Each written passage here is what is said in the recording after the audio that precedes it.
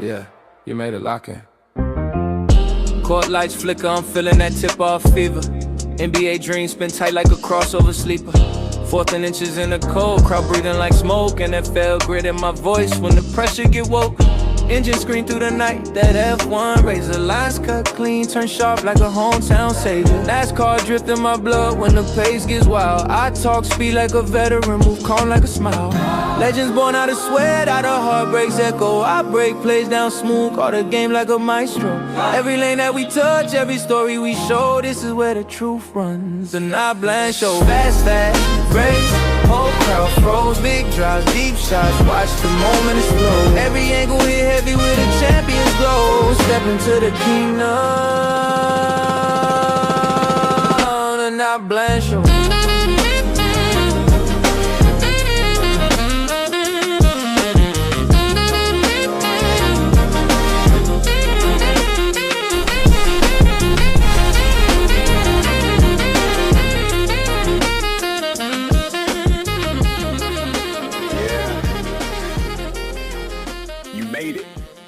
Lock in. Welcome, ladies and gentlemen, and you've made it to Tuesday. Yeah. So let's lock into the NotBland Show. I'm your host, Dujane Bland. We have Dave W. with us tonight, and we're going to do a little something different that we normally don't do, is talk a little NASCAR, as we had the Daytona 500 this weekend, had the truck race this weekend, and a lot of fun stuff happened this weekend. Make sure you guys like and share this show. And if you're not subscribed to the NotBland Show, if you're over there at the Dave W's channel and you're not subscribed to the NotBland Show, go to @the NotBland Show and make sure you give us a subscription there. You won't be disappointed with what we got going on here. I want to thank sportsjourney.com and what this show is powered by. Drag Race Bracket Bonanza. We are 2 weeks away from the start of the Drag Race Bracket Bonanza season, and we're going to have some fun stuff that goes on during the season to kind of help with you knowing who the top 10 is and some really fun stats that we'll put out, whether it's on the NotBland Show Facebook page or we'll have it and talk about it here on the show in our segment for it. And we'll talk about what that segment is going to be called sometime in the next 2 weeks, all right? Well, man, Daytona, we had racing, and it was quite fun. Some names, some really familiar faces, some cool things happening. Good stuff. I thought it was highly entertaining to me. I was just happy to get cars back on track. And man, that I would say all of the races didn't really disappoint. The 500 towards the end there when they were in fuel saving mode was kind of just like a little bit of a parade, but everything else, man, that was an entertaining speed weeks, and we had storylines from top to bottom. Like you say, starting in the truck series, Tony Stewart coming back, Travis Pastrana in the race, Cletus McFarlane in the race. I mean, and what a race it was. And I was very, very, very surprised that they made it to the checkered flag without wrecking at a full wide photo finish. That was a great way to end that deal. Dude, it was so good. It was so good. I was really it's awesome to see Cletus involved. We need more of that. The interview the interview after he crashes his truck, which I was so disappointed, bro. I was so disappointed. But Cletus races the truck this past weekend. Also got in the ARCA car, and man, after the race, he was like, I didn't check myself before I wrecked myself. I'm like, dude, this is just good TV, my man. It's good TV. We need more Cletus out there. But what a race it was. And Chandler Smith gets the W.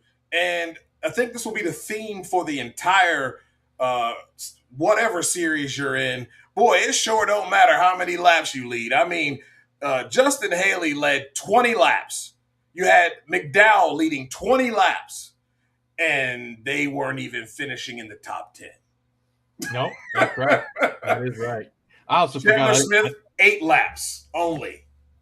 I didn't realize this was a hat show. Sorry, I gotta We could put that on there too. Yeah, we're repping the sponsor tonight. Since we're repping the sponsors here, Drag Race Bracket Bonanza.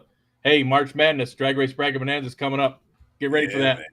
But yeah, that was just a perfect example, and that's how you race the super speedways these days. You just have to be there at the end. If you avoid the wrecks and just be anywhere in the top 5, really.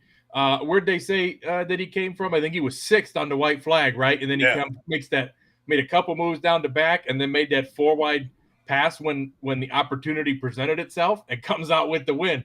You know, just the other 3 got to be battling, and he kind of was like, hey, you left me a lane trying to block each other. I'll go down there and take it, which is unusual because usually the inside lane is where they end up dropping down and hugging the yellow line, knowing that you can't pass below the yellow line, but they left one truck width apart, and that's all it took. Yeah, man. It was very good, a classic to watch. You know, I also look at, you know, Nemechek, another guy who had a pretty decent race, led 10 laps, but, you know, he was right there kind of coming into play at the end. But, man, it was just a great driving job by everybody in the top 5. But it was close racing, and it was really fun to see Chandler Smith get the W there. I have not really watched a truck race from start to finish, but I've never been more entertained. Really sucked for Tony to get caught up in that wreck like that.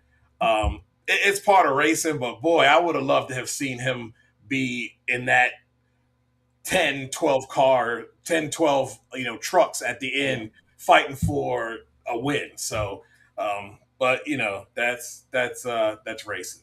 Well, and the other drag racing connection, Tanner Gray. Tanner and Tanner both in the race. The Gray brothers were out there, and Tanner had a good showing. He was up front. I mean, he was part of the mix, and it was just funny to think of the NHRA connection when you're like pro stock champ racing top fuel winner in the truck race at Daytona. What's going on here? I mean, the storylines were just amazing, and they all ran well. It just felt bad for Tony getting caught up in that wreck the way he did. Obviously, nothing of his doing, was cruising. Truck got loose. A lot of trucks getting real well. Really, that was also the theme of the weekend. Not only trucks, but in the ARCA race, the Xfinity race, and the Cup race, cars getting real light in the back and loose coming off turn 4. And those guys, either you caught it or you didn't. And he just was in the wrong place at the wrong time, which is super speedway luck. Yep, that's it, man. That is it. And Tanner Gray led 11 laps himself. But yeah, man, it don't matter how many laps you lead in this thing, man. It's all about being there at the end, and making sure that you put yourself in position to win. Your first stage winner was Carlson. Was that Carson Hocevar. It's S's. So, okay, Carson Hocevar was your stage 1 winner. Tanner Gray came in second in that stage 1, was right there. You know, had Christian there in third, had Nemechek in fourth, and Michael McDowell, who I thought had a good shot to win, was right there in fifth in that first stage. The second stage was won by Chandler Smith. Went on to win that race. It was awesome to really see the competition. And I think it's going to be a really cool truck racing year for, you know, these guys. And it was really cool. So I don't know if you guys watched it was called, it was a TV show. Guys were racing for money and for opportunity for a seat. Well, that young man was in this race and will be racing all season long in the Dodge. I can't remember his name. When I see it, I think I can tell you. I think it's Justin Haley. Haley. But Justin's been in there for a long time. Okay. Was it? It wasn't Queen. Oh, but he was part of the Dodge team. Yeah. And that in itself is a storyline that Dodge Motorsports is back in NASCAR. Yeah. The fact that they're coming back to the Truck Series, bringing in the team that they are and putting this all together. I just think that's good for the sport, and it's just a stepping stone, and it's only a matter of time before they get back into the Xfinity and the Cup Series. Or I'm sorry, Yeah. I already screwed it up. The O'Reilly Series now, and then the Cup Series on Sunday. Yeah. It's going to be fun, man. I think it's going to be a really good year. We're doing great, man. Doing real great. Especially after the driving and on iRacing, I understand why the fuel save all the race. You can't pass in the car at all. Yeah, I don't. What do you think about the next gen cars? I mean, mixed opinions on them. They put on a good 1.5-mile speedway race. They were not good on short tracks and not good on road courses. They're working on that. Of course, none of them really look good on road courses anytime you race it against Shane Van Gisbergen, because he's kind of out there just taking those for himself. But I don't really know what they do to make them more competitive on the super speedways, and I don't know what they do to get this fuel saving, fuel strategy, whatever you want to call it, mode, and make them race and compete in the entire event. I mean, how do you tell somebody you got to race the whole race? That's just, I think it's in the driver's hands. If the drivers really wanted to, they could have probably got up there like Brad Keselowski got on the radio. He's like, look, these guys, they're holding us up. Let's go. If we push them out, if we push Bubba out in the front of the line and pull out and get around them, we can go. We can do our own thing. And they didn't. They never did. That was touching. That was very touching to see the Biff stickers, and it's man, the guy was a excellent dude, and it's so unfortunate. But this is the fuel saving runs here that are pictured here, and you see Bubba leading. Bubba led 40 laps, by the way, 40, and. Well, not all of them were in that fuel saving part, though. It wasn't. It was not in the fuel saving part, but he did lead 40 of those. Yes, and that's kind of the hard part too. That when you're talking about it statistically speaking, they're talking about it being one of the most competitive Daytona 500s ever, because you had the most different leaders and 24 different drivers in the field took turns up front, and I believe it finally ended up at 68 or 69 official lead changes, but when they're in fuel saving mode and kind of just puttering around at 50 to 40% throttle trace, and anybody can go up there and lead, you're not really competitively taking the lead. So it's hard to say that you could really compare that to when they had 60, 70 lead changes in the slingshot era, when you had two guys out there going back and forth, passing each other, doing whatever, trying to set the guy up in front of you and make the move and pass them. It was an interesting 3-wide parade, but when they started showing the throttle traces on Fox, and then they started to show the real-time speeds, and you could see these guys are running 168 miles an hour was their real-time speed. I'm like, man, these guys are really coasting, and the guys behind them are letting them do it. Yeah. And I get why they did it, because they wanted to make a short pit stop at the end, but they all wrecked anyway, and it didn't help. Yeah. And the caution came out, and Michael McDowell was in the catbird seat. The amazing story out of this race, I don't know where he was in it. I think right there, if you look at that picture, Highline, right. Stars and Stripes car right in front of the AY in Daytona on the outside line. He must have been running 20% throttle, because they said he set the record in this race for the longest any next-gen car has ever gone on a tank of fuel at 165 miles on a tank of fuel. Insane. Adam, thanks for tuning in, brother. I really appreciate it, as we are streaming on Dave W's channel. He said the car doesn't handle. Denny Hamlin has said that. You saw a lot of loose cars, bro. Like, I thought we were going to have more wrecks than what we did, and we did not. We did not have that at all. I still think it's chilling that on the 3 that everybody puts up the 3 still. It still gives me chills when they do that. That was a nice touch. I was not expecting that, but yeah, to do a silent lap 3 and everybody holding up the 3 with 25 years tomorrow since we lost Dale. And then also all the commentary on lap 16 about Greg Biffle. And if you saw the pre-race, just the drivers, Jamie McMurray, how choked up he got just trying to talk about Greg, their kids going to school together, and how fresh it still was to those people involved. And Denny Hamlin's story was really well put together, and I don't know how you don't feel for that guy. Maybe you don't like him as a Oh racer, but man, just as a human being, for what he had to go through, and talking about what he saw at the hospital after his parents' house fire, and all the things that he's had to endure the last few years is just amazing, that he's able to have such a positive outlook, a positive spirit, and come out here and do this. indeed. And yes, we're going to talk about it all today. NASCAR, NHRA, IHRA, it's all going down today.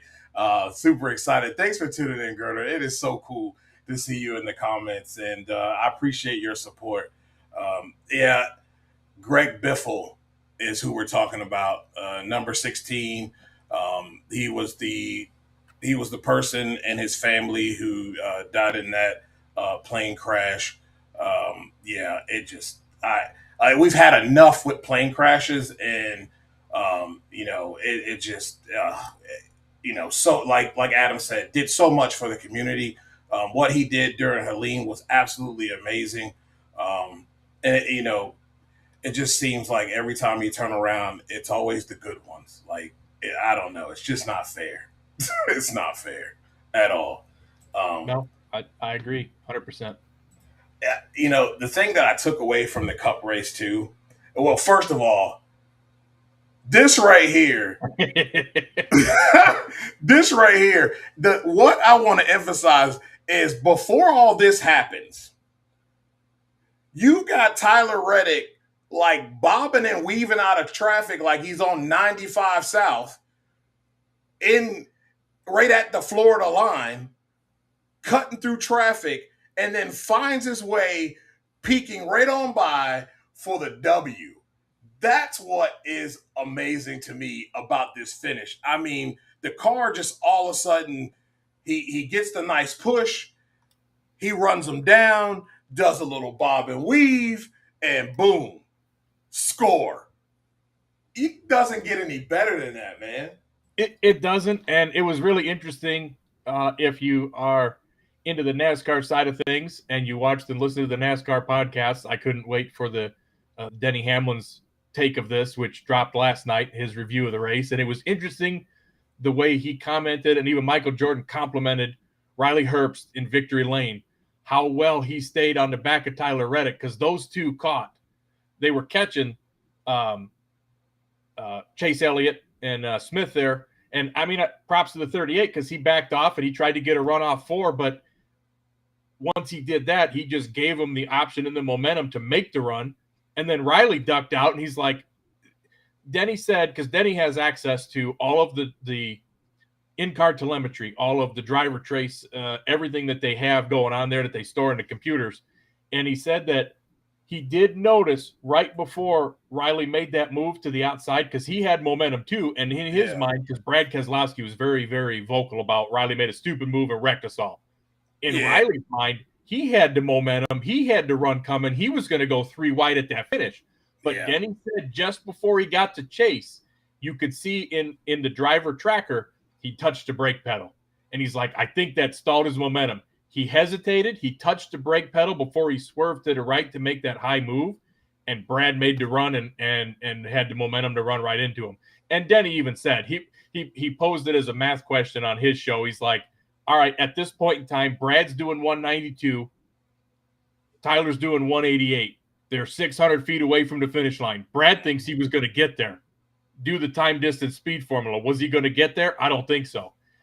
So Brad might have had a closer finish, but he wasn't going to catch Reddick. He might have gone around Chase, but as it turns out, they all wrecked and spun across the line. And I think both Chase and Brad went across the line backwards to get 3rd and 4th out of the deal. I think Logano went across it sideways. What a finish for them guys coming across. It was fantastic. 4th and 5th. Fantastic. And all I have to say is, shove it, NASCAR. 23 got it done. Like, shove it. He wins the case. He wins a race. I love it. And look at this guy. Look at MJ. All I gotta say is, in your face. Awesome. Some awesome stuff. I think they're going to be a very tough team this year. What I noticed about them in the race, they were the team that worked the best together when they were able to link up. They were the team that worked the best. A lot of guys were trying, but there was a lot of missed opportunities. That this race, we could be talking about something totally different if another set of teammates would have worked better together. Well, I really think it was very interesting, the manufacturers, because they asked Denny about that too, and he's like, hey, when those guys peeled off, how come just the first 4 peeled off to pit and you didn't come down and pit with the rest of the Toyota group? Why did you stay out there? And he goes, to be honest with you, we had enough to go one more lap, even though everybody was slowing down to save fuel. Because those cars were at the front, they still used more than everybody else did, which I think would have been interesting to see throttle traces of the guys 20th and 30th in the pack. Because if the first place cars are running at 50, 60% throttle, like I say, those guys got to be running at 20% throttle and just letting the draft carry them along, knowing that they just got to roll into it and they'll catch back up. So they had more to do, but the packs just got so disoriented when you had them breaking off into pits like that. But I think that it was most entertaining, and you saw it in the duels when they had to snake through the cars because you had cars coming off pit road and you had cars at full speed and they're trying to blend with each other and throw blocks, and they got really lucky there. I think that was Stenhouse that came off down the backstretch and was like, I'm going to the middle lane. Yep. Everybody slow down, and everybody had to hit the brakes and check up. Otherwise, they were going to wad them up right there. Yeah, and they all made it for some reason. Yeah, man. Talking about, 5 of those bad boys were going backwards through the finish line. Yes, they were. That was hilarious. Man, but at least he gets to change the crying. The crying meme can kind of go away a little bit. It's going to be there, but at least we got a winning one now, right? Well, no, he meant they were blowing him up. They were giving him a hard time because he was patting Reddick's son on the butt and grabbing him and shaking his shirt on the backside, and just like the typical locker room stuff that you can't do on TV and you can't do because it's a child. But. Yeah. Oh man, that's funny. But hey, I'm looking forward to Atlanta. I think it's Atlanta next. Atlanta's next. So Echo Park Speedway in Atlanta, you're basically going to have the same exact type of race, just with 1 mile less track to do it in. You might get a little bit strung out because the track does continue to wear and it does continue to age, and that's what they keep saying about Daytona too. It's getting some wear, it's getting some bumps and some character back to it, and that's what these tracks need. They're all lightning fast as soon as you repave them.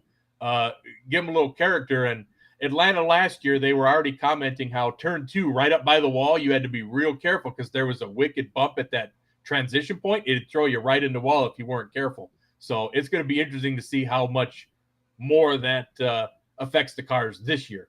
Yeah. And you're right. He has been carrying them.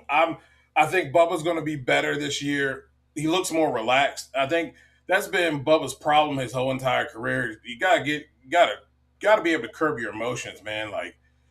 Half of the wrecks are because you're pissed off.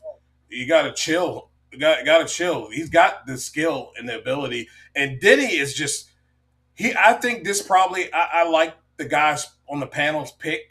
I do think he has that opportunity to win the championship. I think he's going to be refocused this year after all that's happened. What happened to him at the end of last season, I felt like he should have been the champion.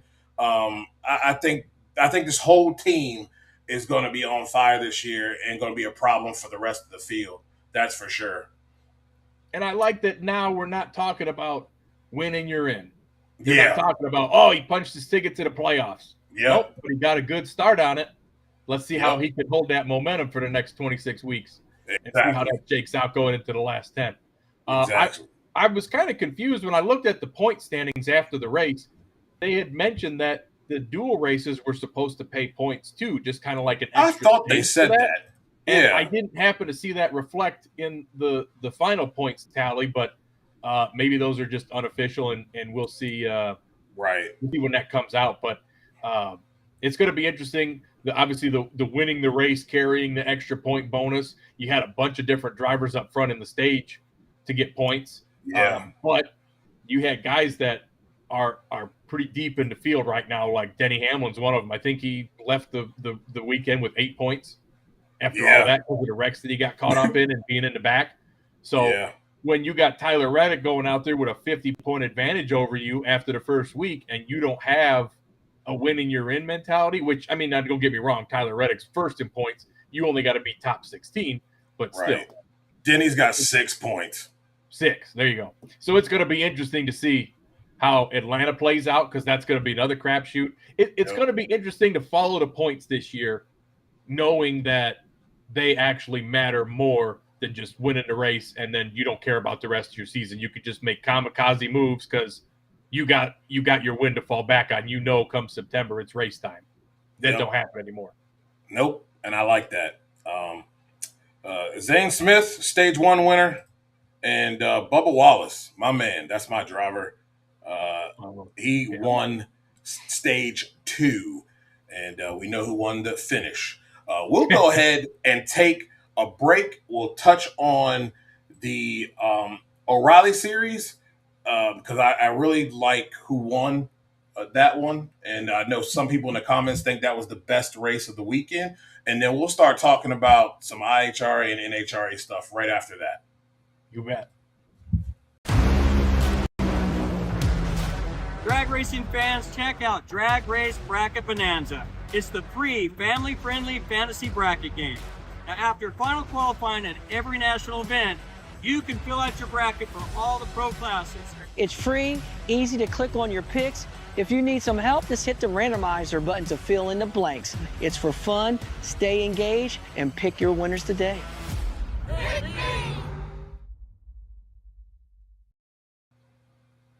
So, ladies and gentlemen, your code for the NotBland Show League is at the bottom. Let's go ahead and get that done this week. Let's get locked in. Yes. Let's get you all set up, get ready, get used to the app, get used to the website, and let's get ourselves set up for Gainesville. We'll do our best on the NotBland Show Facebook page to send out the reminders of making sure that you lock in your picks. The rest of it's on you, though. I will try not to forget this year. I will be busy and on the road, but I will make sure I will not forget this year because I'd be damn. You gonna run away with this again, Dave? I want everybody to join. I need more people to whoop up on. Let me tell you. Let's go. The water's fine. Come on into the NotBland Show League. Yes, sir. And we're gonna try to have a prize at the end of this thing this year. Hopefully, I will work on that. Kira with the ring though, like amazing. That was awesome. That was awesome. Good. That was good stuff. Good. Austin Hill. I wish I was in that league. Yeah, me too. I need to join it this year. I'm gonna be on that. I know that's the price. You're gonna go and cook. Austin Hill gets the W in the O'Reilly series.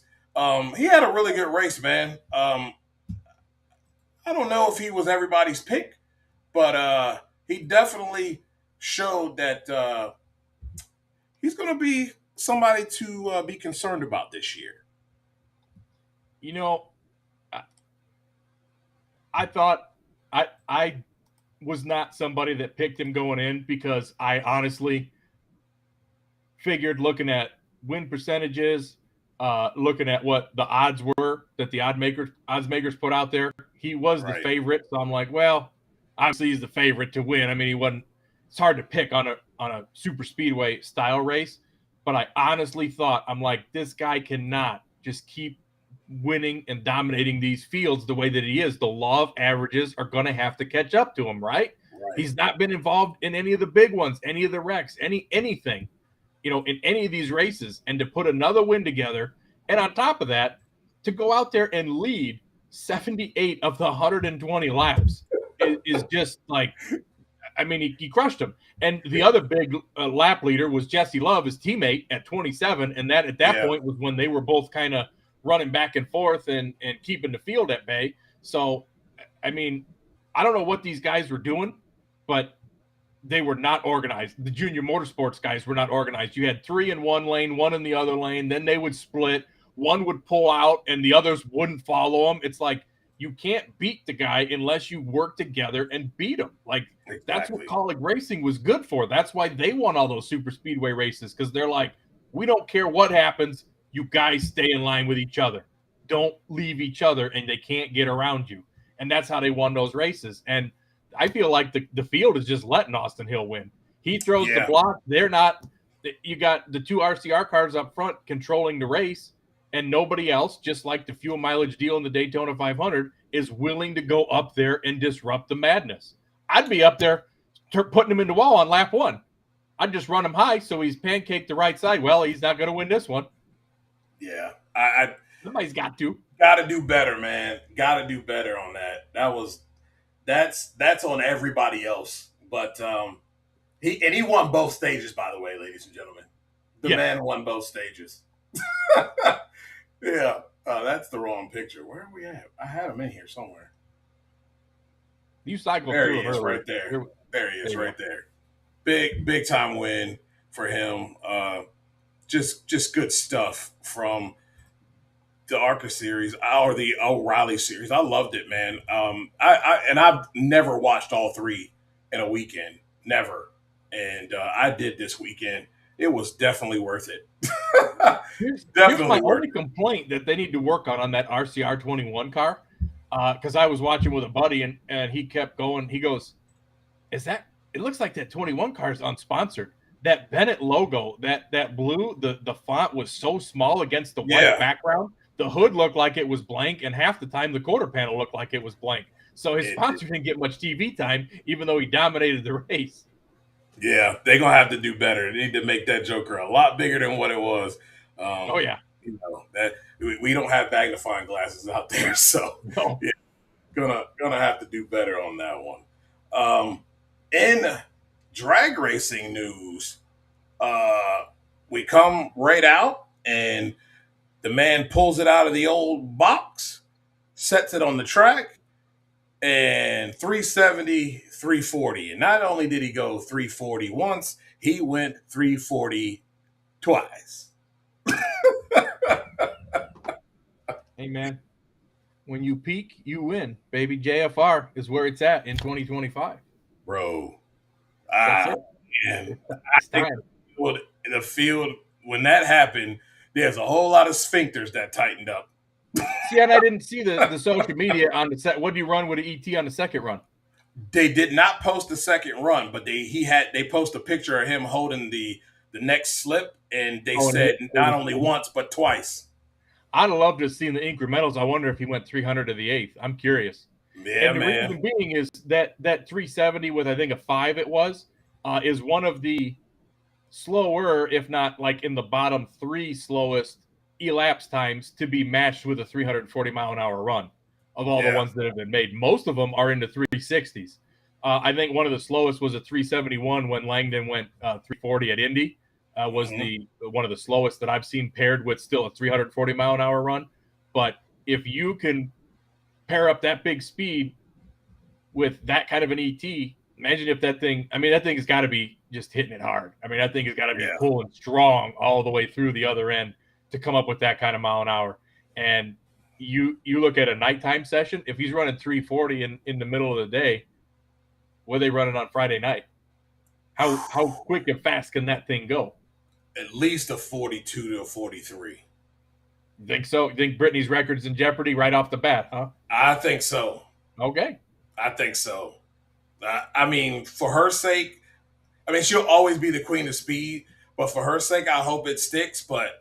And I don't put the Coletta cars out of it either, because I think both Doug and Sean are capable of doing the exact same thing. I mean, they went 340 as well, but I think they have the ability to push too. But I just think this team between Collins and Grubnick, boy, these jokers, this is what they do. This is not we gotta get the right tune up and make sure the conditions are good and the wind's blowing in the right direction. Oh, no. This is what they do. They just set it up, and if it's there, we go in 340.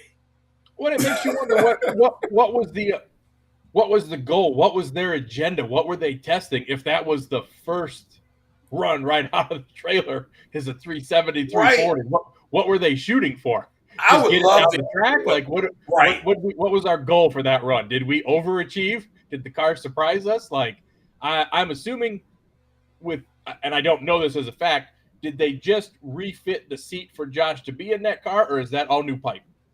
Yeah, I don't know. Okay. Got it. I don't know. Just curious. Love the paint scheme too. That paint scheme pops. It is. That paint scheme is fire, no pun intended, because I love the flames on it too.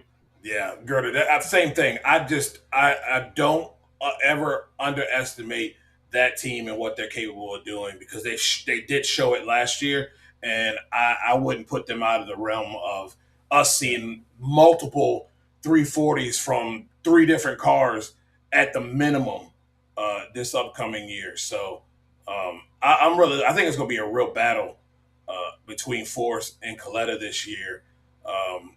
But I do believe, though, like, you couple Josh's ability to get off the starting line now with that,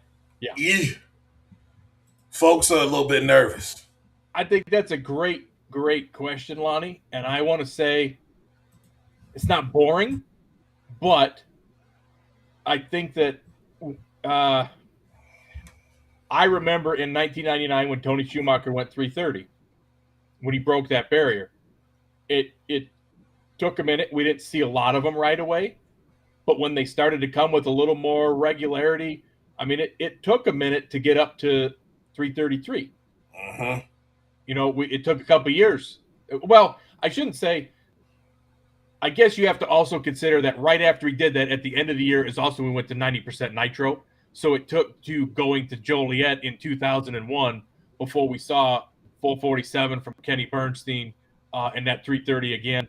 Brandon Bernstein upping it to a 333. So they did have a little bit of a performance factor or performance dictation that slowed that down a little bit. But at the same time, you kind of saw a 330 here and there, then a 1, a 2, a 3. It slowly progressed. I mean, now we're seeing it where the barrier got broke, and we're already up to, 343.7 or 0.8 or so that Brittany did at Indy last year. So I don't know how much further they can go. It's pretty much going to take like a 43, 44, 45 to almost really be jaw-dropping right now.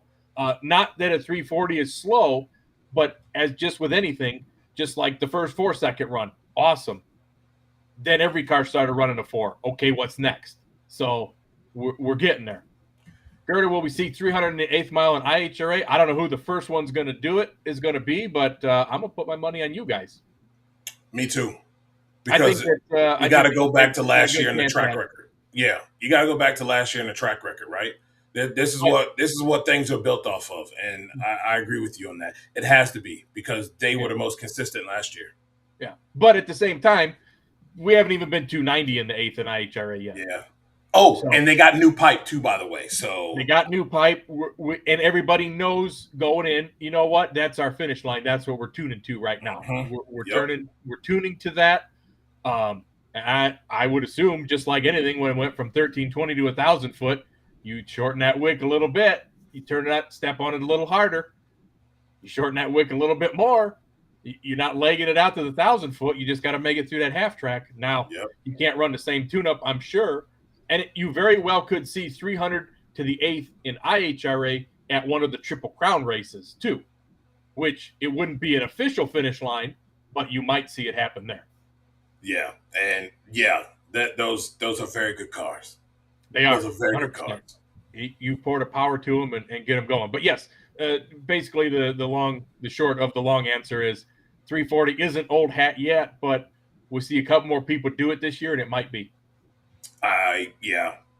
We'll see though. I think you still have to admire 340. I mean, it's 100%. That's fast. That's fast. Yes, it is.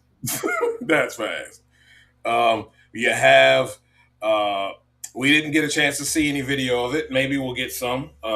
Maddie was supposed to be making her hits this week. Yeah. So I'm very interested to see how that goes. I'm a little nervous for her, but I think she'll be fine.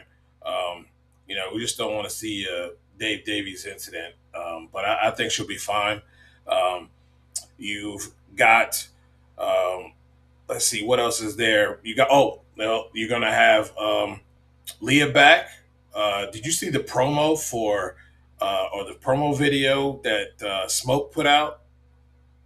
Yes. That's That another one I wanted to comment on as far as a killer scheme for this year with that R&L Carriers dragster. Sharp-looking ride. The JFR cars look pretty cool this year with their stripe design on the funny car side of things. I don't know if you saw the video of Alexis DeJoria's car making a run, or at least the burnout. I didn't see the entire video, but nice to see that they're out in full force with some new paint. And the other announcement and the new paint scheme for the Capco team with just Billy behind the wheel this year. Steve taking a step back from driving. Yeah. I'm interested to see where we see Steve turn up. So Billy will be running it and doing the full season, but I'm interested to see where I find it hard to believe that he will not be racing at all this season. No, and it could be just the exact opposite of what he and Billy did in years before. Billy's going to go out there and run the full tour, and Steve will come up every now and again, come run Indy, come run a race here or there. I'm sure they would show up to the Texas races. I mean, that's close to bringing the cars. Right. Will they show up to the Triple Crown? Maybe they will. Maybe they got Steve's car sitting aside, and he's like, you know what, Billy, you go win the NHRA regular season, you go win the championship, I'll go win the million, and we'll both retire. Yeah. Oh man. Yeah, good stuff. I'm looking forward to more of the storylines that come out, and maybe they will. Look, I think Buddy is in a way better position this year. I like the team that he has built. Very good car. I do think that sometime this year we will have an all 3-second field. We have enough cars to be able to do that. We don't, you know what I mean? You're not dependent on one or two. I think at some point you will have an all 3-second field. Do we have enough cars to have a bump spot yet for Gainesville, or are they still filtering it out? I have not looked at that entry list. The last I saw in Top Fuel, they were up to 13, but I did not see the funny car side. Yeah. I have not. Because if the conditions are right, we could start the season with a 3-second field. You never know. Right. Let's see here. I feel like if you don't see it early, you're going to have to wait to places like maybe Sonoma to see it. Joliet, possibly, if the weather is cool like it was last year on Saturday when they were setting track record speeds, and it was either feast or famine at that track. Yeah. Sonoma's a good chance. Otherwise, I don't think you're going to see it till I would even hesitate unless Indy gets really cool weather that time of year, because you got 5 shots at it.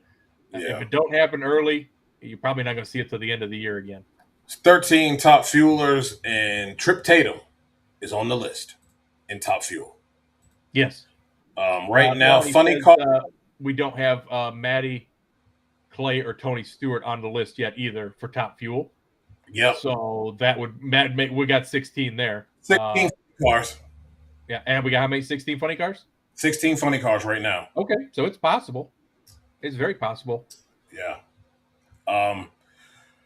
Looking forward to it. We got 2 weeks. We'll have another test right before the Gator Nationals there. So it'll be interesting. What I'm excited about, though, is the IHRA. Virginia Motorsports Park is now under the IHRA umbrella. And it was rumored to be last year. That was going to be something that was going to happen. The Franklins decided to stick it out for one more year and run the PDRA this year. And I mean, if you read the release and the letter that they put out today, which was basically a, hey, thank you fans for all the support, for everything, that you've done for us for the last 8 years.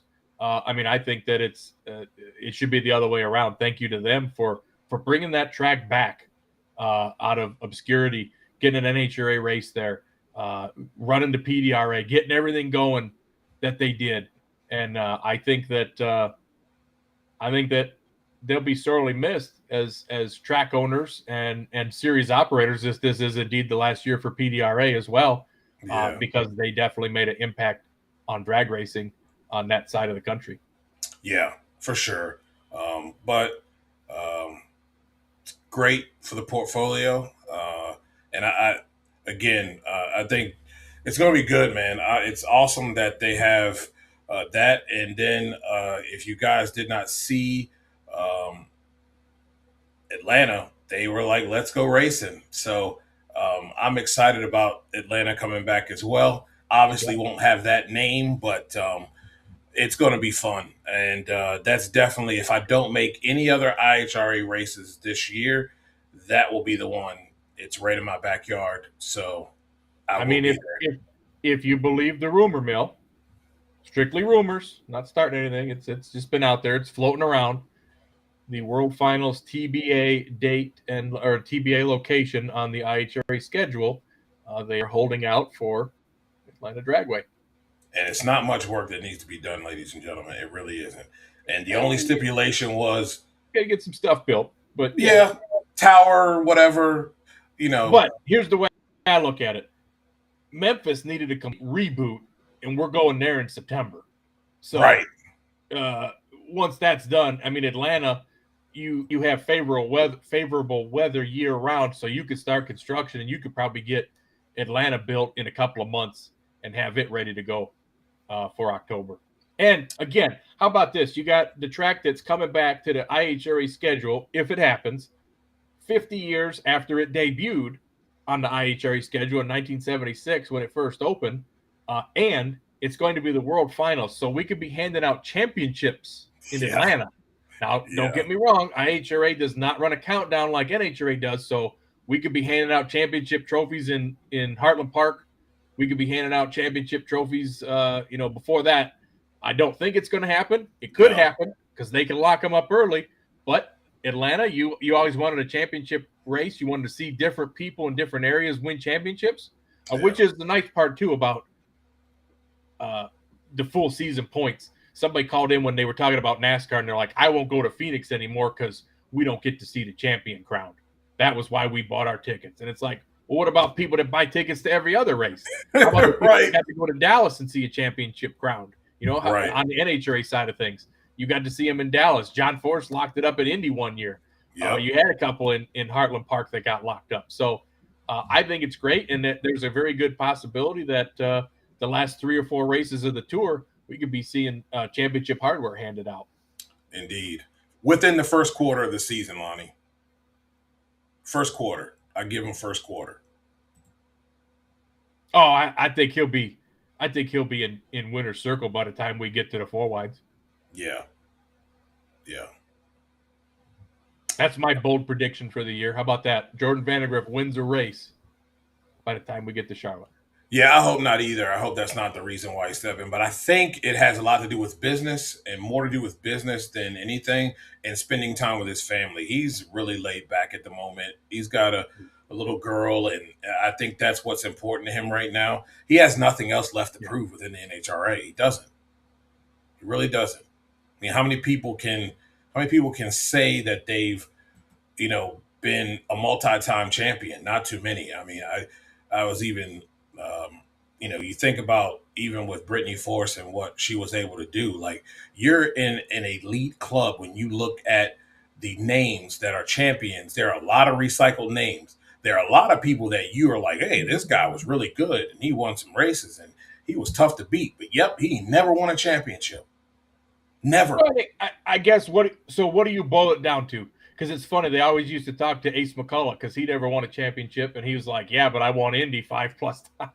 Right, because Indy was a big deal. Yeah, and he was like, "You ain't nothing till you won Indy," and he used to tease Caps about it all the time. And so what is it? Is it?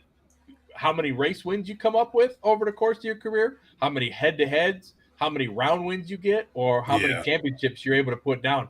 It's all depending on what your goal and your focus is. But I agree with you on Steve and Brittany to a point. There's a lot of people that don't get the respect that they deserve during their accomplishments. But 5 and 10 years from now, when we start reflecting back on things, you're going to go, you know what? That was pretty stout. They did a pretty good job.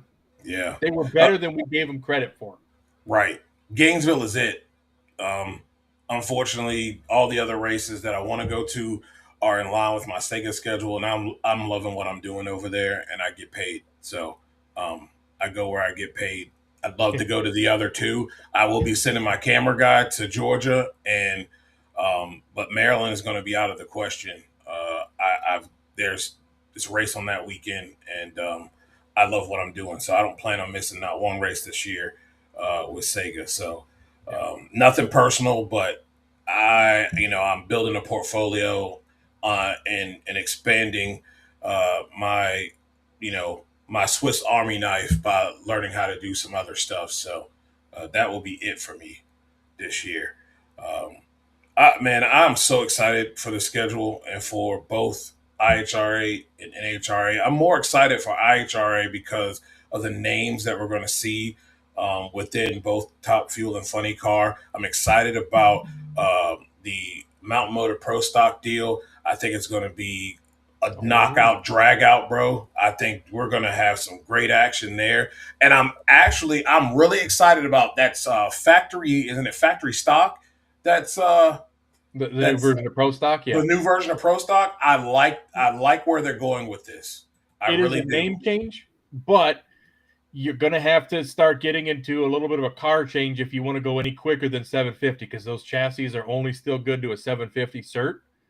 So that's going to be kind of the limit. But I mean, you get the cars out there. We'll see. I'm curious. We're 1 month away, and I'm excited for NHRA. I'm excited for IHRA.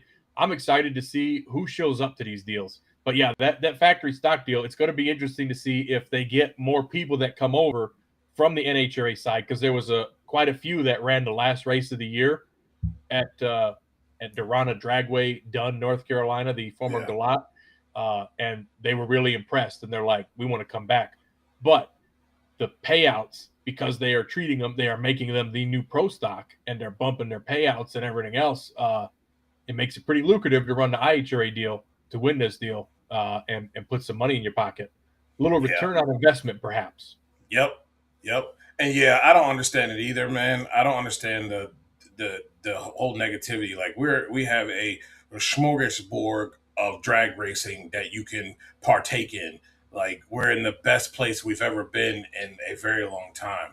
And Dennis, I was talking about mainly the surface and all of that. Of course, they're going to have to do restrooms, a tower, stands and all of that. But when you look at the bones of it, track surface, not a whole lot that needs to be done. Return road, obviously, and all the pits have to be repaved and reconfigured. But you really have a good, solid base there to add all of these things that need to be there. And with the guys that have working on this thing, it's a lot less work than what they got to do in Memphis, is all I'm going to say. Well, my curiosity goes to, since the stuff hasn't been used in a long time, has the track developed any bumps in it? Do we got to go through and grind the track? Do we got to repave the surface? Do we got to go through and do what we did to Milan Dragway and completely redo it? Because Memphis might be in for the same thing. Drivers were really complaining that bump in Columbus was getting real bad in the right lane. Yeah. And that was something else. Those are the things that I'd really address first is, what do we got for track surfaces? But you were starting with something where the walls are already poured. The land is already leveled. It's graded. The stuff is there. You could put up buildings. Anybody could put up a tower. Quickly. You could put up bathrooms. You could put up bleachers. That's fine. You don't have to go through and you've got 100 acres of forest land where you got to start knocking trees, grading the land, putting in plumbing, putting in piping, putting in electricity. That stuff is all still there. That didn't go anywhere to my understanding. Right. It didn't. That's what makes it better and easier to start from, because everybody's like, why do they keep buying all these tracks that bring them out of oblivion? Because it's a lot easier to start with something that already existed than make something from scratch. Yep. Absolutely. And I'm just happy to see some of these classic tracks be resurrected and be able to be used. And I think what people have to realize too, like, this is really good that IHRA owns their own stuff. They can do whatever they want. And I think if you watched, I believe it was the Power Hour, and they, we had Scott Woodruff on, and he talked about the fact that these will be multi-use facilities. So not when there's no racing in the winter, they're campgrounds. They're places for people to stay. They will have all kinds of playgrounds and other things on there that will actually give kids something to do during the races, and will give people a place to stay as well if they are out traveling. I think that is the smartest thing ever, because at least money is always flowing. Well, and on top of that, you're bringing in multiple motorsports disciplines at the same time. That's true. Memphis, you're getting the oval track back. Heartland Park, people want and love that road course. The people in the Save Heartland Park Topeka Facebook page, which is now turned into Welcome Back Heartland Park Topeka Facebook page, every day is the road course coming back. Is the road course coming back? SCCA headquarters are right down the street. We would love to have this road course back. They're going to get the road course back. They're going to get that up and running. They're going to get, the dirt track up and running. They're going to get the oval at Memphis up and running. There's going to be a NASCAR, or they're not a NASCAR. The IHRA stock car series is going to be racing there. Yeah. So on the Rockingham side, they've already got the NASCAR races at the Rockingham Oval. They're getting this stuff put together, and they are even Milan. In Milan, in 2 weeks, I believe it is, 2 or 3 weeks at the beginning of March, snowmobiles. I don't know if you guys caught this last weekend, but IHRA had their first outlaw snowmobile event up on that frozen lake in Wisconsin. Great live stream again on from Speed Sport and their YouTube channel with Ken Stout, Ralph Shaheen on the mic, and they're going to be coming here in March and doing the same thing there. So yeah. They're using these facilities for more than just drag racing, even though that's what they're mostly known for. So I think that's great. That is great. It is, man. I'm really looking forward to the season starting, and Pro Mod is, man, it's gonna be awesome. It's so much stuff, and I don't think people are like realizing like how great this year is going to be. And, I mean, if you just put them both together, and you've got 12 national events, 8 national events on the IHRA side, 3 on the Triple Crown, and then this Pro Mod specialty race, which I believe Mount Motor Pro Stock will be part of again, as well as Milan's local Heads Up series and bracket series that they run. It's going to be part of the Big Show event, broadcast on Speed. So if you're a local racer to Milan, here's your TV weekend. You combine that with NHRA's schedule, and you have tracks like Heartland Park, Atlanta, Memphis, Rockingham, US 131, South Georgia Motorsports Park, Budds Creek, Indy, Brainerd, all the typical track. You put them all together, in between the two series, all of them have national scale events. And that, that's the beautiful thing. No matter where you live, sorry, the people in Denver, they're still working on that. On Facebook, they had the meeting over there in Colorado to get the approval for that new facility to happen at their new location as well, kind of like they did for Atlanta. So that's moving right along. It's taken a little longer maybe than most people thought. We thought we'd see a Bandamere replacement within a year or two, but be patient, West Coasters, because there's another one coming to Denver. Indeed. It's going to be fun, man. It's going to be fun. I am really looking forward to. The big thing I'm also looking forward to too. I'm looking forward to those who show up like Lex and they show up to these NHRA races. Look, bro, somebody getting bumped. Somebody's getting bumped. Like, we're going to have a big name sit the bench because one of those teams that are running IHRA and going to do an NHRA event are going to bump somebody out. And I'm not talking about, they got in at 15 or 16. No, they're going to be in the top half of the field. they gonna have somebody like with tissue dabbing their eyeballs because they just got put out. That's what I'm excited about. But that's what this sport needs. Yes, This sport absolutely. needs people to have other places to race, and people want to call IHRA a second-rate series, second tier. You don't have the names. You don't have they're their own names in their own right. Exactly. And they're out there and they're winning races and they're putting just as much money in their pockets as the quote big names are on the NHRA side, is the way I look at it. And all they're going to do is put more money into their programs, get better at what they do. And I mean, I'd love to see it where they're able to go back and forth, where, like you say, Alex June goes out there, runs both, and he can win on both sides. I'd love to see it where Tony Stewart shows up at an IHRA race and runs the Arnell Carriers car. Yeah. At one of them. You know what I mean? Something like that, separate of what they're doing. People aren't bound one way or the other, and it's more back in the driver's hands or the team's hands, so to speak, because so many people don't realize back in the 70s and 80s how many people ran IHRA, NHRA, AHRA. You had options, and you ran a lot of them because only their NHRA notoriety is really noted in the record books. They don't realize how many round wins and races that were won by Raymond Beadle, Mark Oswald, all those big-name NHRA guys on the IHRA side.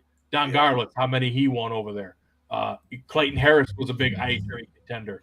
Ricky Smith, Warren Johnson won his first Pro Stock championships on the IHRA side.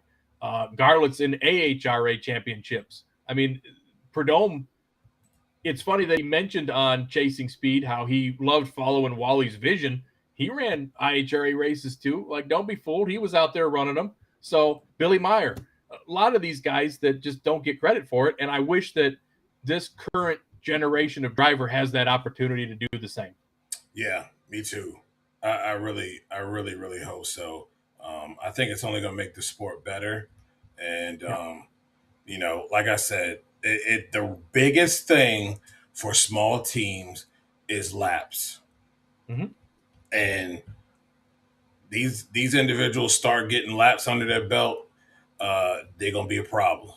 And I love having problems within the NHRA because, man, that just makes for a better product all the way around.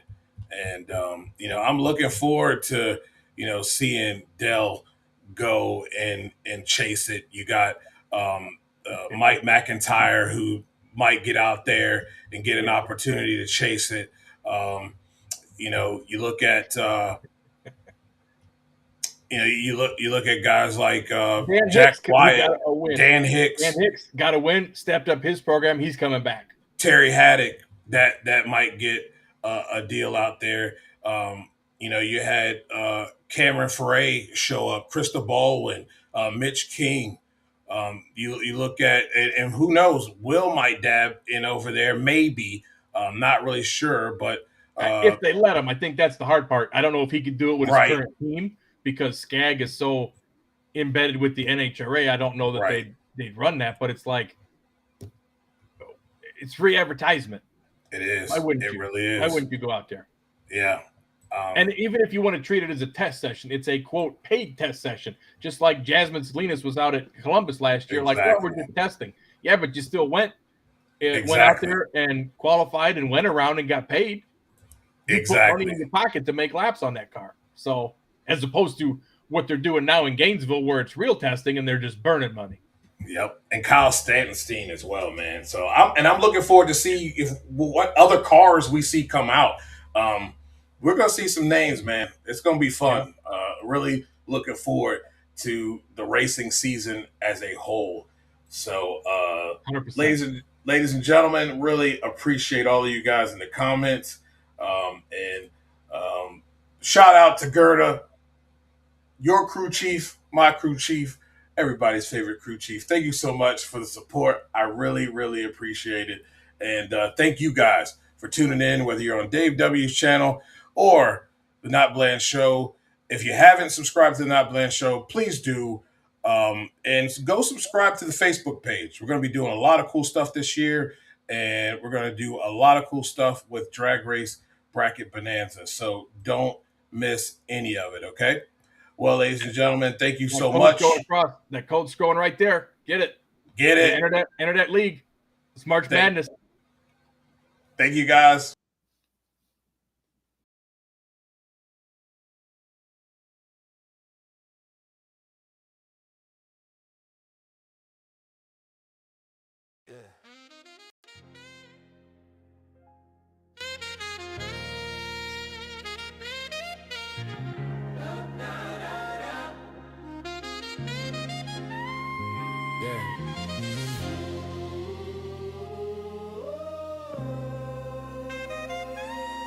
You made it lock in. Yeah.